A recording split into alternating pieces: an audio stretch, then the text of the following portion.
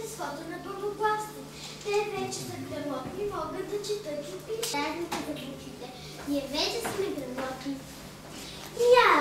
Ти какво си наумила? Каква царица ще ставаш?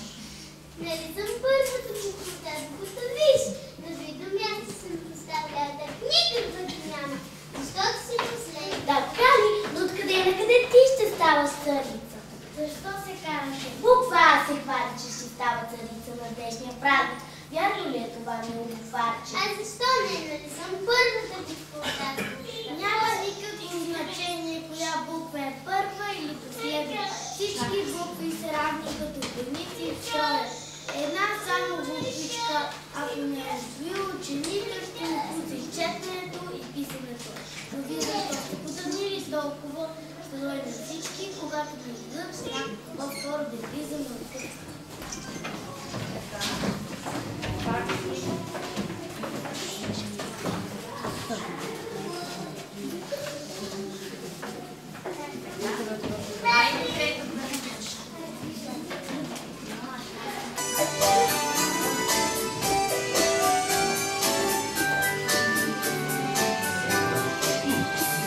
Големите шегуват се с нас и често първолаци ни наричат.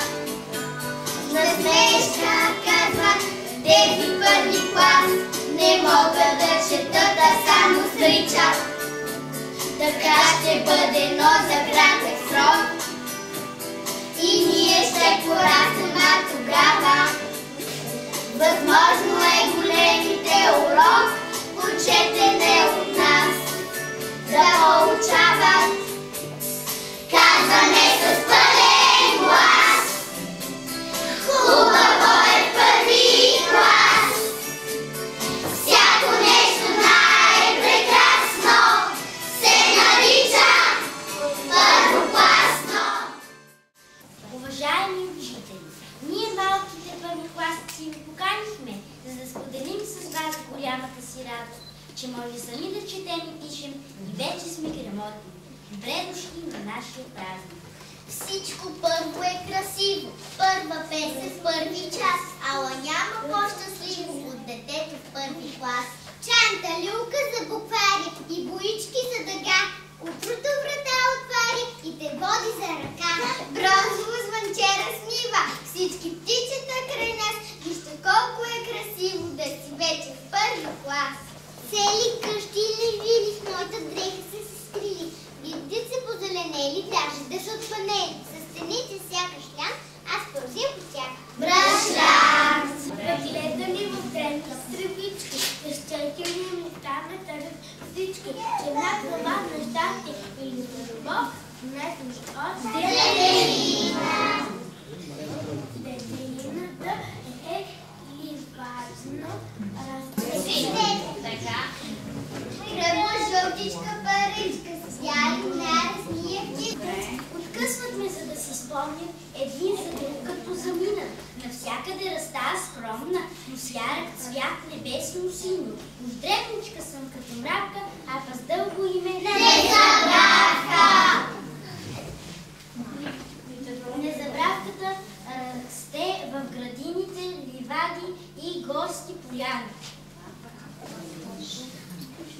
Бог пълната кама магиоса, дълга синя, жълта свежда нося, но аз шепнат бабичките тайно, че съм цвете дявол за колмайно, че не знае на сила от мене взлика и са ме нарекли Вероника! От България съм Верониката е градинско растение. Довиждане, мило букварче!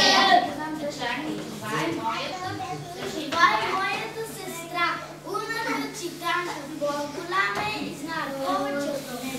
Мили деца, аз съм новата ви приятелка читанката, скарила с моите пъстри листи, звънки стихове, вълшебни приказки и гърданки, пословици и поговорки, с които ще зарадвам детските сърчица, щастливо чуда ще четете моите страници. Ме води старинни незнания, разкриваме небесни тайни с книгата. Усещам всеки ден, тя открива тълга за мен.